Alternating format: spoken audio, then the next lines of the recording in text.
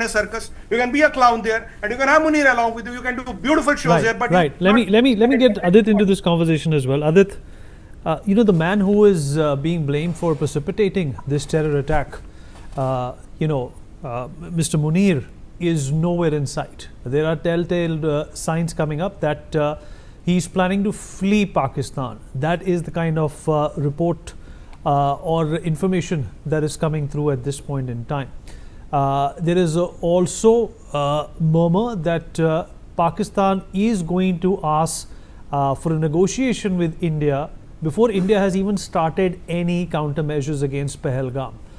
Where do you think that Pakistan stands today? And all this chest thumping about the Islamic bomb and the nuclear weapons that they have is more or less suicide talk. It's demented talk. It is not something. They had a nuclear bomb when Kargil happened as well. Even India knew that. And the world knew that. But the fact of the matter is that the Saudi and the American control is not going to allow them to use these weapons. The IMF is not going to allow them to use these weapons because it's very, very evident that that is what has been collateralized by Pakistan to secure this money.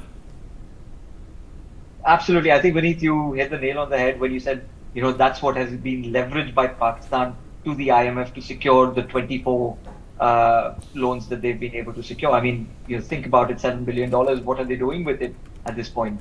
How are they even securing that loan? So there is no assets that they could have leveraged in that scenario. So that's one part. But I think that Islamic bomb side of things, I think that myth was busted when India did Balakot. We knew for a fact that there was nothing there. And so with thanks to him, he mentioned something very critical. It's tactical nuclear weapons. Tactical nuclear weapons is as good as a suicide bomb. Even if you go to bomb your enemy, your first casualty is going to be within your own vicinity. So, if that is what they want to do, if that is how they want to execute it, God help them, rather Allah help them. Coming back to General Asif Munir, there have been numerous news. A, he's been in a bunker. B, he's looking to flee. There have been memes flying in social media about him being on an aeroplane to Honolulu. So there are, many conspiracy theories coming out at this point, but nothing certain at this point. But one thing which is certain is that there is a lot of disenchantment within the Pakistani army.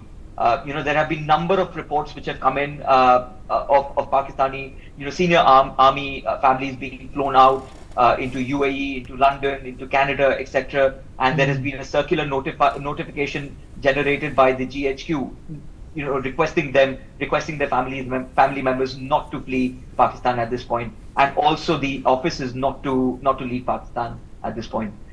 So we know for a fact that Pakistan.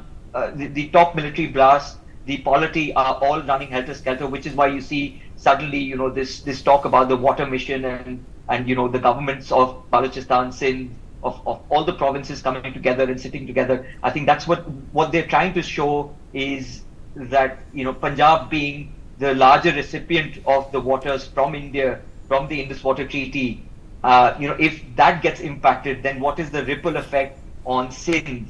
What is the ripple effect on other parts of Pakistan? The agri industry is completely going to be decimated. At this point, they get 80% of the lion's share of the water, and their water management system is so abysmal that it is a case study in the making. That they haven't been able to manage their canals. They haven't been able to diversify.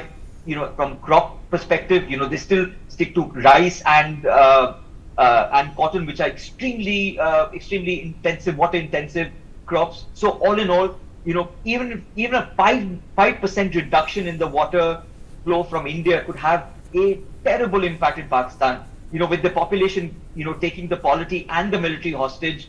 So it's a complete helter-skelter situation. So Pakistan, to be honest, is in a complete disarray. We've already seen today, there are multiple reports of protests in Pakistan, of Jammu Kashmir and Gilgit. All of these protests are going to have a very detrimental impact on the unity of Pakistan, which basically rests on the premise of anti-India and anti-Hindu hate. Vinny. You're absolutely right. And in fact, Major General Anuj Mathur also joined